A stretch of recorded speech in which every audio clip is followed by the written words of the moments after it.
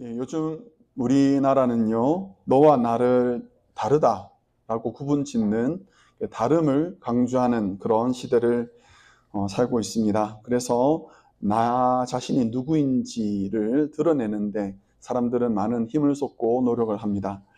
다른 이와 같아서는 자신이 두드러지게 나타나지 않기 때문에 그렇습니다. 그래서 같은 아파트 단지에 살면서도 25평 사는 사람들은 18평 사는 사람들과 구분을 하지요. 그리고는 이제 40평 단지의 놀이터에는 자기 아이들을 보내지 않습니다. 혹시라도 차별을 받을까봐 그렇다고 합니다. 선을 끊는 거지요. 같은 회사에서도 함께 일하는 직원임에도 불구하고 정규직과 비정규직으로 구분이 되고 본청 직원과 파견 직원으로 구분이 됩니다. 전 세계에서 우리나라는 남과 북으로 나뉘어 있고요. 견고한 휴전선이 그 가운데를 가로지르고 있습니다. 새들은 그 사이를 자유로이 오가고 있지만 사람들은 지나갈 수 없는 두꺼운 선이 그 사이에 그어져 있습니다. 그 좁은 남쪽 그 땅덩어리에도 우리는 경상도와 전라도로 나뉘어 있고 경제적인 능력에 따라서 아이들은 사회생활의 첫걸음이라 할 수 있는 유치원과 그리고 초등학교, 중학교에서 협력하기보다는 경쟁하는 것을 먼저 배우고 있습니다. 같은 무리 안에서도 구분을 짓는 것, 벽을 쌓는 것, 이것이 아마 사람의 본성인가 봅니다. 성경은 벽을 쌓는 것, 이것을 죄인의 습성이라고 얘기합니다. 창세기 4장에서 동생을 죽였던 가인이 있습니다. 이 가인이 죄를 범하고 나서 가장 먼저 한 행동이 바로 성을 쌓는 것이었죠. 성을 쌓았습니다. 자기를 위한 성이었지요. 남들이 자기를 해하지 못하도록 견고한 성을 쌓고 그 성 이름을 자기 아들의 이름을 따라 에녹이라고 지었습니다. 우리 사회는요, 죄를 지은 사람을 격리합니다. 그렇죠? 죄를 지은 사람을 격리합니다만 죄인은요, 스스로를 격리합니다. 아담과 하와가 죄를 범하고 나서 하나님을 피해서 숨었습니다. 죄 지은 사람은 쫓겨다닙니다. 누가 쫓아오지 않더라도 죄 지은 사람은 마음에 항상 쫓겨다니고 불안하지요. 죄를 짓고도 거리를 활보하는 경우가 없습니다. 죄를 지어 보셨어야 알지, 그렇죠?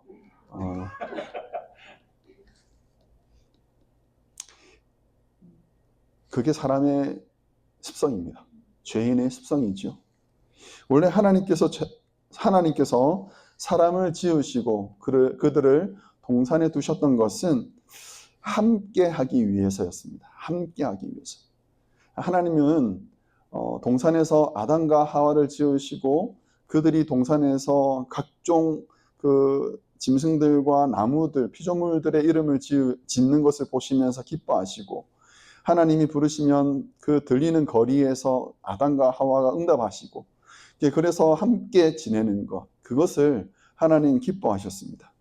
그런데 아담과 하와가 죄를 범하고 난 이후에 그들은 하나님과 함께 할 수 없었지요. 숨었습니다. 그들의 죄로 인하여서 에덴 동산에서 아담과 하와는 쫓겨났습니다. 그리고 하나님은 그들의 출입을 제한하기 위해서 동산 입구에다가 천사와 화엄검을 두었습니다. 하나님 밖에 있는 사람들이 된 거지요. 이것을 우리는 영적인 죽음이라고 말합니다. 하나님과 끊어져 있는 관계. 바울은 에베소 교회 성도들에게 이렇게 말합니다. 2절에서 하나님께 버림받은 사람들의 형편을 이렇게 말합니다. 같이 한번 읽어보겠습니다. 2절입니다. 그때 너희는 그 가운데서 행하여 이 세상 풍조를 따르고 공중의 권세 잡은 자를 따랐으니 곧 지금 불순종의 아들들 가운데서 역사하는 영이라. 아멘. 여기서 너희는 이라고 말하는 것은 이방인들을 말합니다. 이방인들. 이방인들은 하나님을 모르는 사람들이잖아요. 그들은 이런 모습 가운데 살고 있는 거지요. 그런데 2절에서 끝나는 것이 아니고 사실은 말씀이 3절까지도 이어지는데 3절에서는 우리는 이라고 말하면서 유대인들, 우리 유대인들도 마찬가지다 라는 투로 말을 하고 있습니다. 유대인들도 전에는 육체 욕심을 따라 지내면서 육체와 마음에 원하는 것을 하는 본질상 진노의 자녀다라고 말을 하고 있습니다. 그런데 여러분, 우리가 기억해야 되는 것이 있습니다. 사람들은 벽을 쌓고요, 자기를 지키려고 하지요. 그런데 하나님은 길을 여시는 분입니다. 하나님은 길을 만드시는 분이십니다. 하나님 우리하고 좀 달라요. 우리는 나를 지키기 위해서 벽을 쌓고 견고하게 나를 두르고 하는 데 더 관심이 많지만 하나님은 길을 여는 데 더 관심이 많습니다. 막힌 것을 뚫고 길을 내시는 분이 하나님이시지요. 이스라엘 백성들 앞에서 그 가로막혀 있던 홍해를 가르고 길을 여신 분이 바로 하나님이시지요.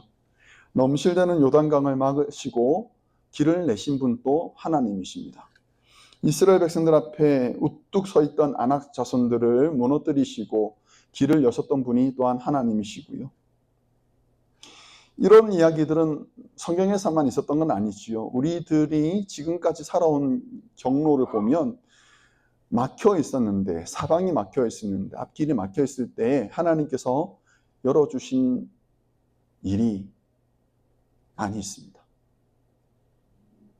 어디로 가야 될지 모를 때, 막막할 때, 내 앞길이 막혀 있을 때, 그럴 때 하나님께서 길을 열어주신 적이 적어도 저는 많습니다.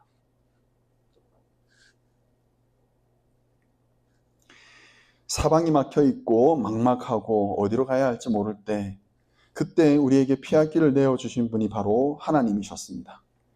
사르밧 과부가 이번 한 끼만 식사하면 이제는 아들과 함께 죽어야 되겠다라고 생각하고 있을 그 막막한 형편 가운데 하나님은 엘리야를 보내주셨고 엘리야를 통해서 그들에게 살 길을 열어주셨지요. 그렇죠?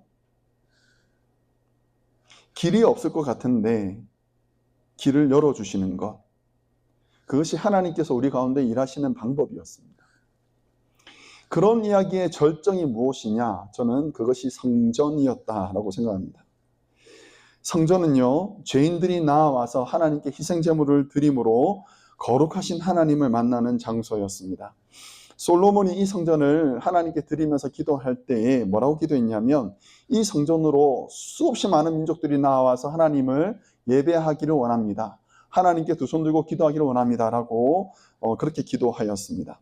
그래서 성전은 이스라엘 백성들뿐만 아니라 유대인뿐만 아니라 하나님을 잘 몰랐던 이방인들조차도 다 참석할 수 있는 그런 열린 공간이었습니다. 그런데 어느덧 성전은 폐쇄되는 공간이 되었고 제한된 공간이 되었습니다. 성전 바깥으로 나 있는, 여러분 글이 잘 안 보일 것 같아요. 그렇죠? 성전 바깥으로 나 있는 큰 뜰이 있습니다. 뜰이 있는데 그 뜰을 가리켜서 이방인의 뜰이라고 말합니다. 여기는 이방인들만 들어올 수 있습니다. 이방인들이 들어올 수 있습니다. 이방인들이 자유롭게 오갈 수 있는 것이 바로 이방인의 뜰이었습니다. 그런데 이방인들은 그 너머를 넘어갈 수 없었던 거예요. 그 경고문이 있는데 여기를 넘어오는 이방인들은 저주를 받는다라는 내용의 글귀가 적혀 있습니다.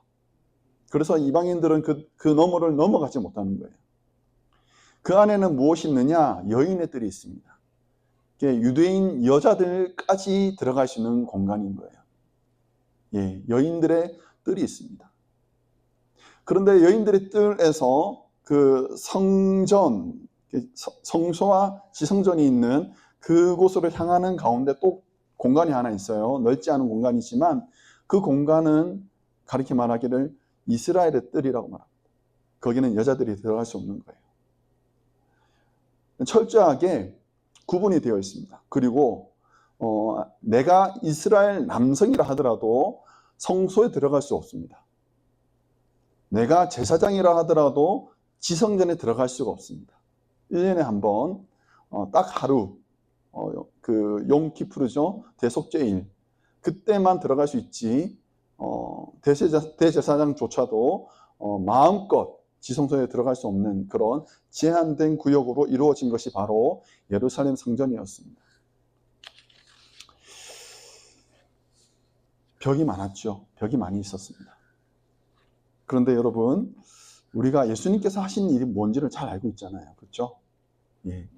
예수님은 그 벽을 다 허무셨습니다. 예수님은 그 벽을 다 허무셨습니다. 예수님께서 십자가에 달려 돌아가시는 그 순간에 큰 일이 발생했습니다. 뭐 그게 큰 일이냐라고 할 수 있지만 너무나도 중요한 일이 발생했지요. 성소와 지성소를 가로막고 있던 휘장이 있습니다. 우리말로 커튼이죠. 커튼인데 그 커튼은 항상 닫혀져 있었습니다.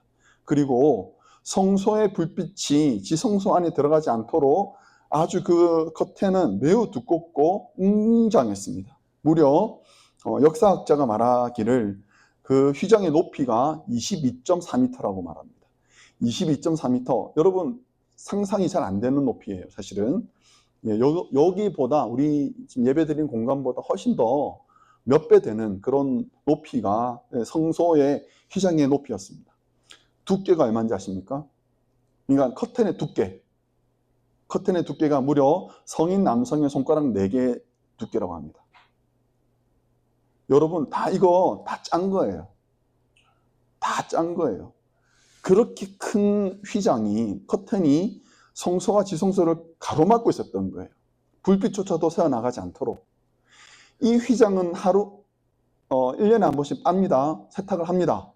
어떻게 해야 될까요? 우리는 우리 성도님한테 부탁하면 되죠. 그런데 이 휘장을 세탁하기 위해서 300명이, 제사장 300명이 달려들어서 이 휘장을 걷고 세탁을 하고 다시 걸고 하는 것을 해야 했던 거예요. 그 규모가 어마어마합니다. 그런데 여러분, 이 휘장이 찢어질 수 있을까요? 성경은 찢어졌다고 말하니까요. 성경은 이 휘장이 찢어졌습니다. 어떻게 찢어진 줄 아십니까? 위에서 아래로 찢은 거예요. 누가 찢은 겁니까? 하나님이 위에서 찢으신 거예요. 그러니까 위에서 밑으로 찢어지는 거죠. 사람이 찢었다면 밑에서 위로 찢어졌겠죠. 이게 위에서 아래로 찢어진 거예요. 예수님이 자기가 십자가에서 죽으심으로 하신 큰 일이 무엇이냐면 재앙과 차별과 그 모든 것들로 그 둘러싸여 있던 성전의 그 모든 제한을 다 푸신 거예요. 누구나 예수 그리스도의 피를 의지하고 하나님께로 나아갈 수 있는 길을 열어주신 거예요. 길을 만드신 것이 예수님이십니다. 사람은 줄을 그었지만 너 넘어오지 마 라고 줄을 그었지만 예수님은 길을 만드셨어요. 이게 예수님께서 하신 일입니다.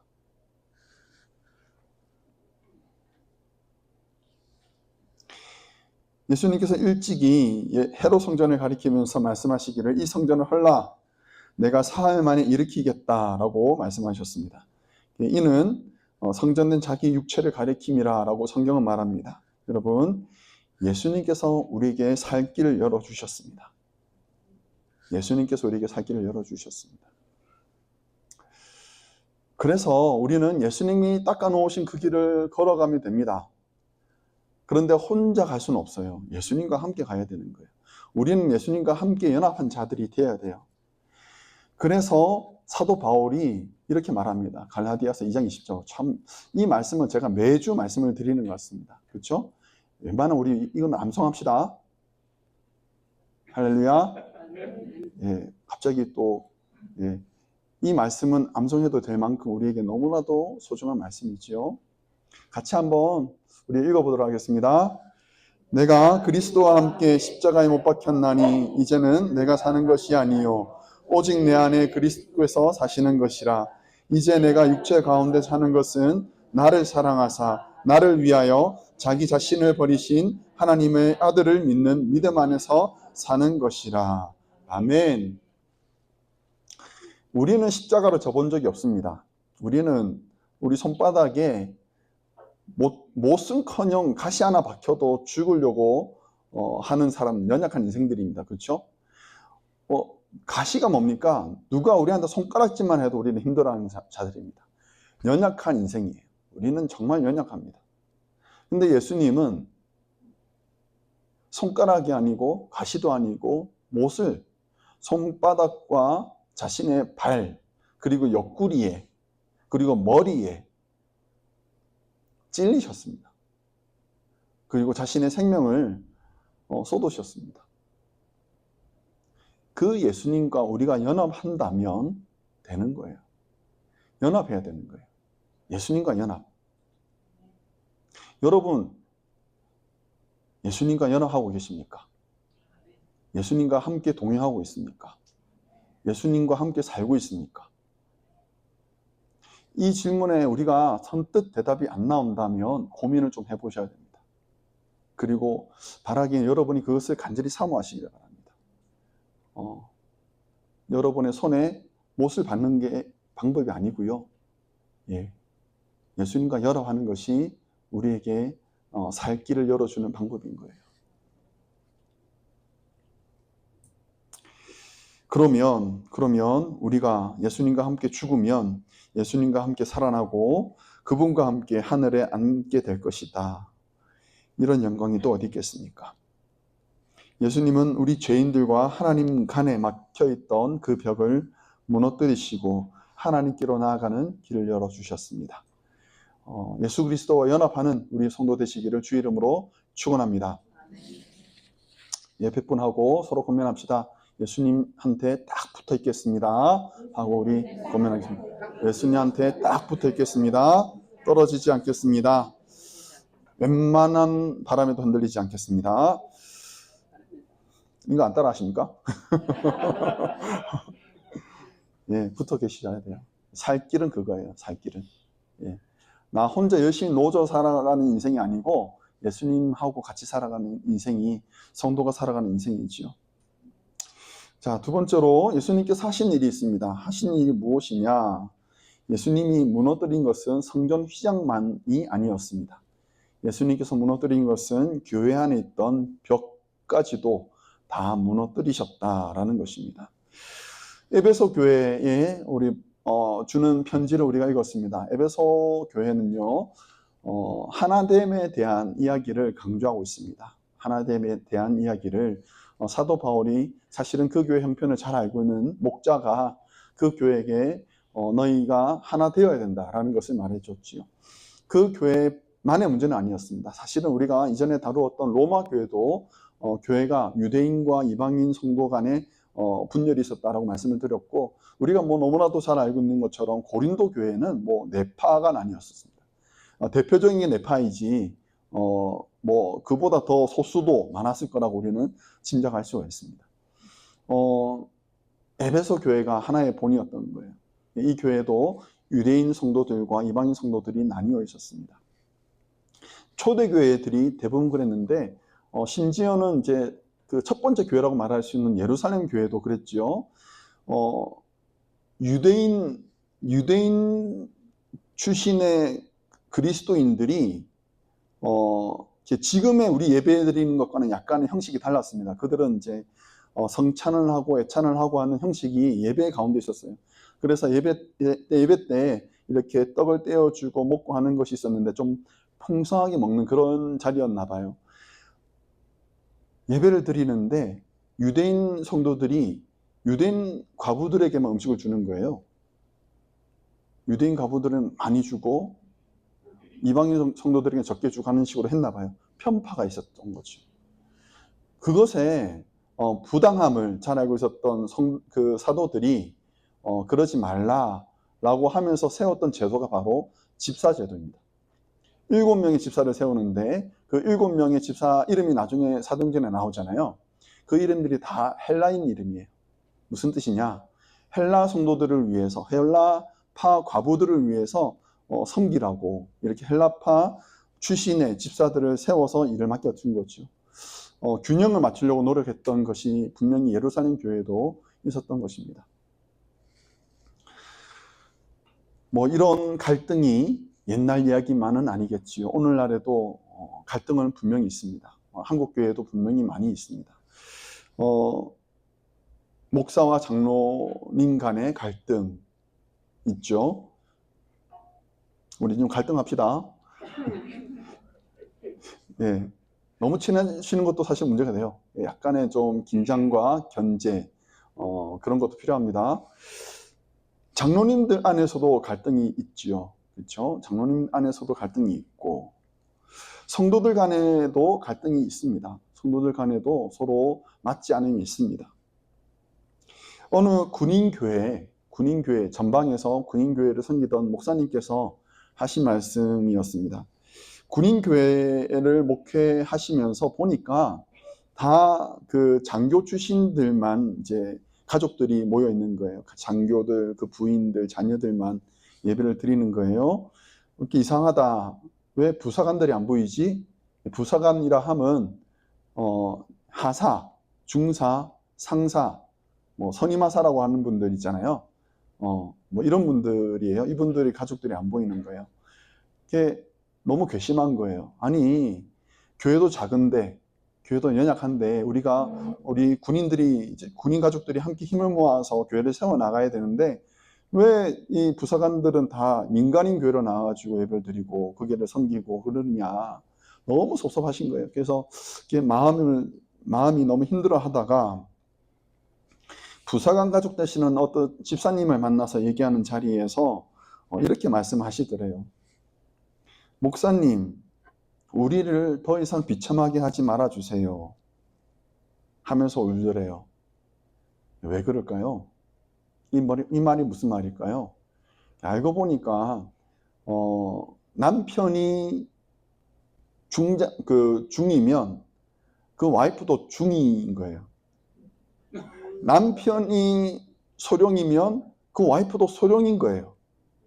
그래서 교회 안에도 그런 계급이 생겨버린 거죠. 그러니까 남편이 그 직장에서 그렇게 고생하고 힘들어하는데 교회에서도 그렇게 계급이 나뉘어지고 구분이 되다 보니까 힘들으셨던 거예요.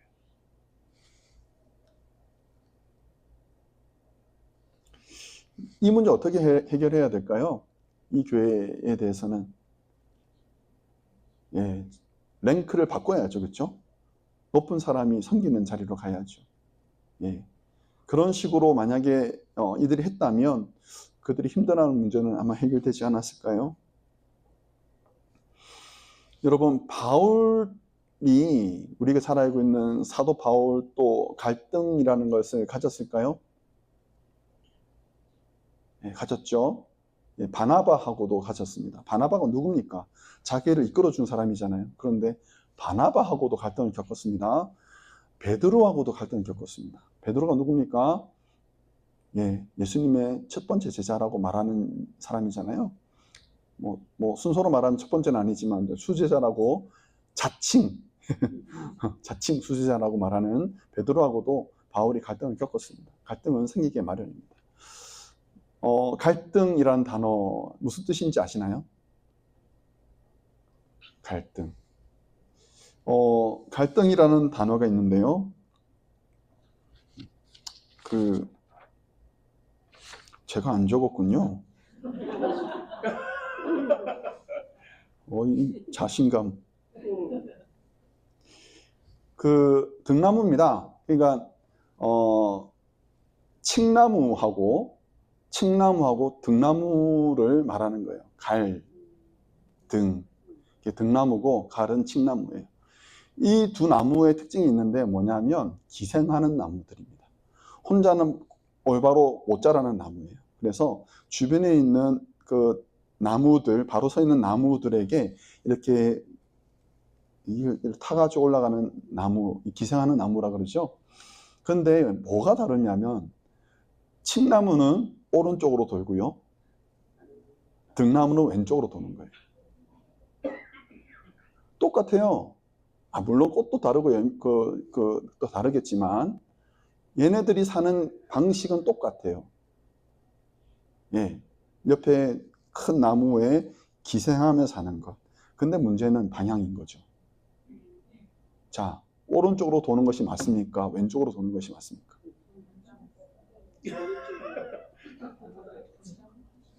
여기서도 우리가 나뉘어야 됩니까? 오른쪽이면 어떻고 왼쪽이면 어떻습니까?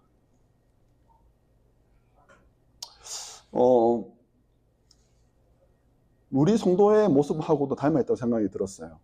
우리도 사실은 기생하는 자들입니다. 우리는 예수님께 기생하는 자들이에요. 제가 아까 말씀드렸잖아요. 예수님께 붙어있자라고 말씀드렸잖아요. 예수님께 붙어있는 거 등나무도 잘하고 칡나무도 잘해요. 얘네들은 붙어있어야 돼요. 그래 사니까. 근데 뭐로 싸웁니까? 오른쪽이냐 왼쪽이냐로 싸우는 거예요. 아마 등나무와 칡나무는 계속 그 반대 방향으로 돌면서 얘네들끼리 부딪히고 갈등을 했을 거예요. 근데 관건은 뭡니까? 나무에 붙어 있느냐예요. 그렇죠? 우리 교회라고 갈등이 없을까요? 저는 우리 교회에도 갈등이 있다고 생각합니다. 그리고 갈등이 안타깝습니다. 그런데 그 갈등을 우리가 대하는 태도는 조금 고민해야 될 것 같다고 생각합니다. 우리가 그런 지혜가 필요합니다.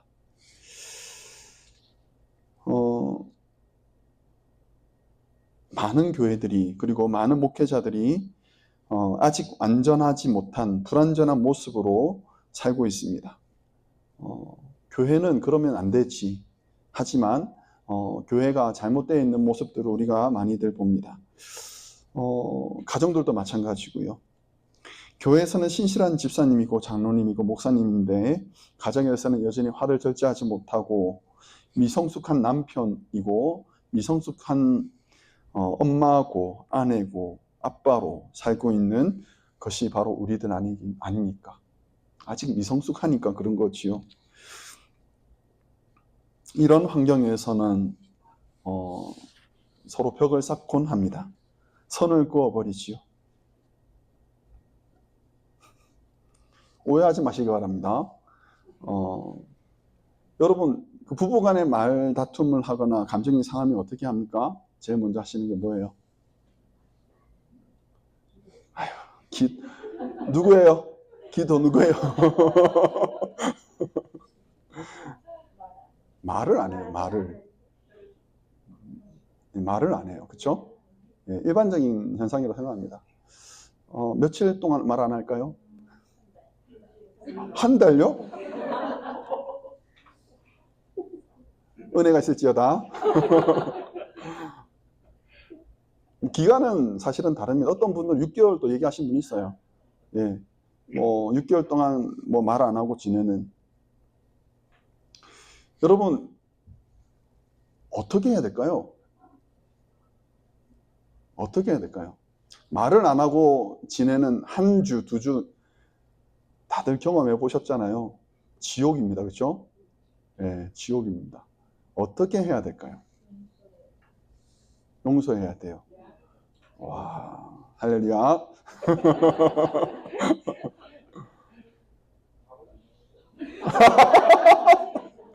밥을 안 먹는다. 그게 금식도 아니고 그렇죠? 져야 돼요. 져야 돼요. 갈등을 푸는 방법 뭘까? 져야 돼요. 이기려 하니까 이기려 하니까 힘든 거예요. 근데 내가 져야 돼요. 그러면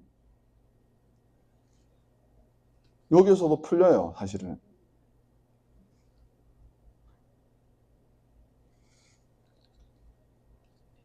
우리가 기억해야 됩니다. 우리가 주라고 부르면서 따르는 예수님은요, 죽으신 분입니다.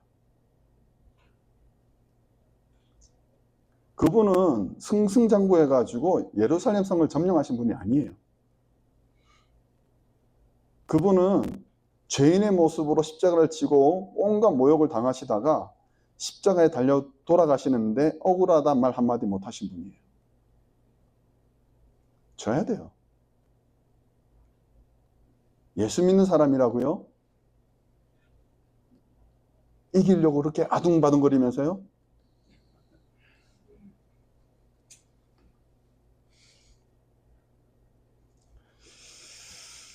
예, 우리가 갈등을 만났을 때 우리가 거쳐야 될 과정들이 있는 것 같습니다. 예, 한번 좀 생각해 보려고 하는데, 먼저는 첫 번째는 서로 인정해야 됩니다. 서로 인정해야 됩니다. 예, 갈등을 무시해서는 안 됩니다.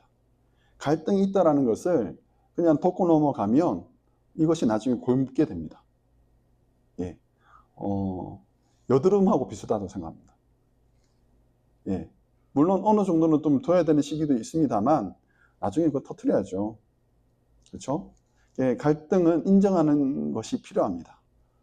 마냥 없는 것처럼 우리가 이렇게 지내서는 안 되고, 있는데도 그것을 인지하지 못한다면 문제는 분명히 생깁니다.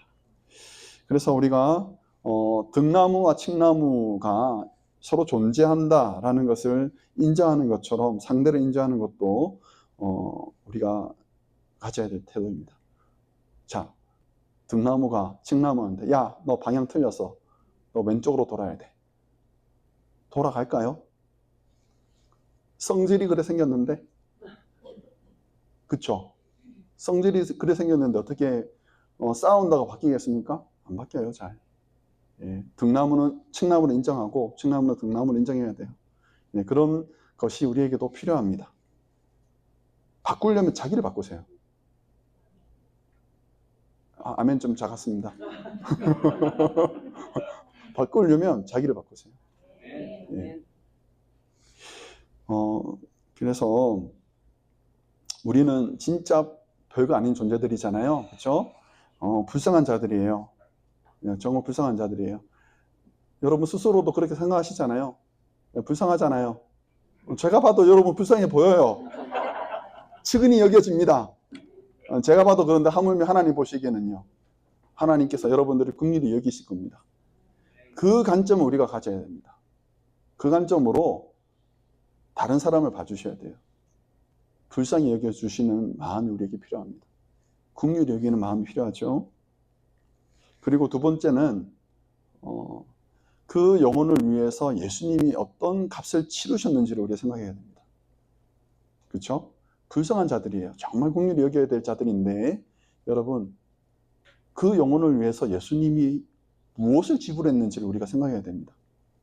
얼마를 지불하셨습니까?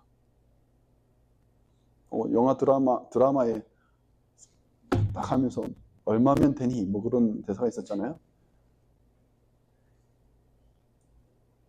여러분 얼마짜리입니까? 예수님 생명을 걸고 살린 영혼들입니다. 그렇죠?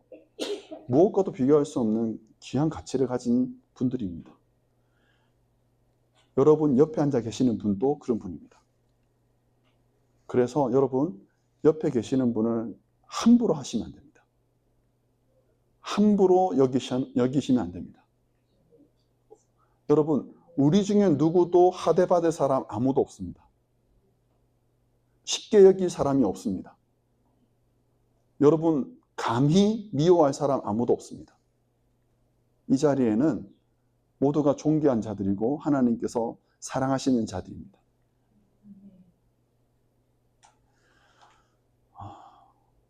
이 가치를 잃어버리면요, 우리는 인간성을 잃어버리는 거예요. 하나님께서 이 땅을 지으셨을 때 두셨던 그 가치를 우리가 잃어버리는 거예요. 그래서 우리가 누구를 바라보든지 간에 천하의 못된 사람들도 간혹 있습니다. 근데 우리가 못하는 거예요. 하나님께서 하실 거예요. 그 사람도 우리는 존귀 여겨야 됩니다. 예, 마지막 세 번째는 우리가 연결되어 있다는 것을 인식해야 됩니다. 우리는 연결되어 있다. 건축물을 우리가 뭐 생각하면 벽돌을 쌓아 가잖아요. 벽돌을 쌓아갈 때 이 벽돌 밑에 거를 빼면 어떻게 됩니까? 빼면 이거 빼면 이게 무게 중심이고 뭐고 간에 뭐 힘의 균형이고 다 무너지게 되죠. 그렇죠? 예. 우리가 그렇습니다. 우리는 하나님께서 사용하여 세우신 주의 몸된 공동체입니다. 그렇죠? 예. 그래서 앞에서 안내하시는 분들, 웰컴 하시는 분들, 환영합니다 하시는 분들, 이분들은 주의 몸된 교회 문이라고 보시면 됩니다. 입구라고 보시면 돼요. 그렇죠? 말 없이 주방에서 섬기시는 분들이 있습니다. 그분들은 하나님이 집의 주방이라고 보시면 되는 거예요. 주방 없는 집이 되겠습니까? 그렇죠? 화장실 청소하시는 분이 있습니다. 기술이 없어서 화장실 청소합니까? 기쁘니까 하는 거예요. 기쁘니까, 감사하니까. 우리는요, 서로에게 의지하고 있는 그런 존재들입니다. 우리가 서로가 서로에게 연결되어 있다는 것을 인식해야 됩니다. 그 사람은 없어도 속이 시원할 것 같다라는 그런 생각이 들 수도 있습니다. 그런데 여러분 착각하면 안 됩니다. 순망치한이라고 합니다. 입술이 없으면 이가 시리죠. 어느 누구도 없어도 괜찮은 그런 존재는 없습니다. 우리는 서로에게 그렇게 연결되어 있습니다. 성경은 이렇게 말합니다. 21절 말씀인데 같이 한번 읽어보겠습니다. 그의 안에서 건물마다 서로 연결하여 주 안에서 성전이 되어 가고. 아멘. 우리는 서로를 귀하게 여겨야 합니다. 서로를 존귀하게 여겨야 됩니다. 여러분,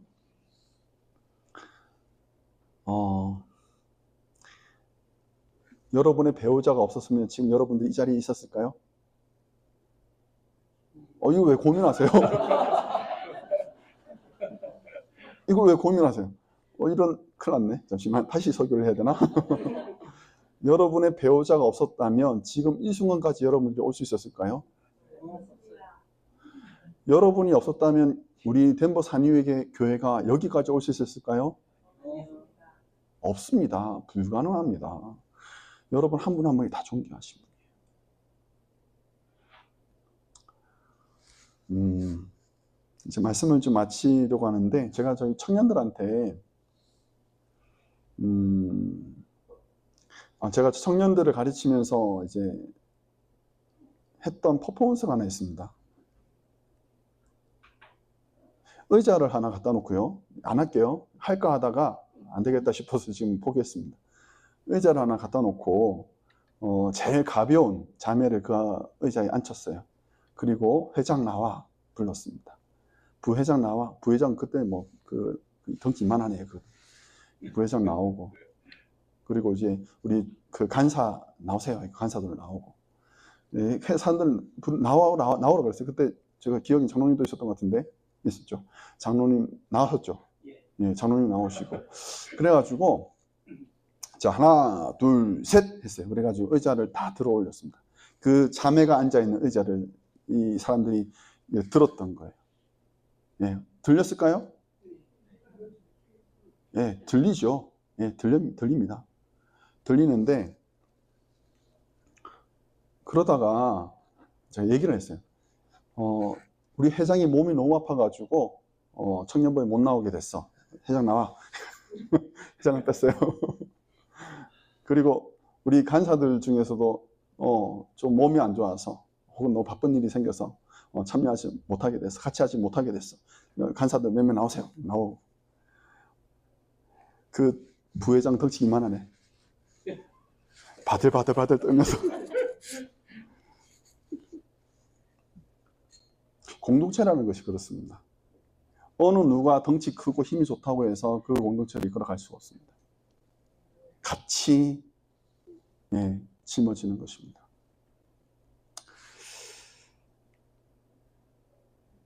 말씀을 마치겠습니다. 우리 교회 안에, 우리 가정 안에 하나님께서 기뻐하지 않으실 무너져야 할 벽이 있습니까? 예수님은 그것을 무너뜨리기 위해서 값비싼 대가를 치르셨습니다. 서로를 불쌍히 여기시기 바랍니다. 그리고 우리는 모두 그리스도 안에서 한 공동체로 세움받고 있음을 인식하시기 바랍니다. 그래서 그리스도의 몸된 교회와 우리 가정을 강건하게 세워나가는 우리 모든 성도들 다 되시기를 주의 이름으로 축원합니다.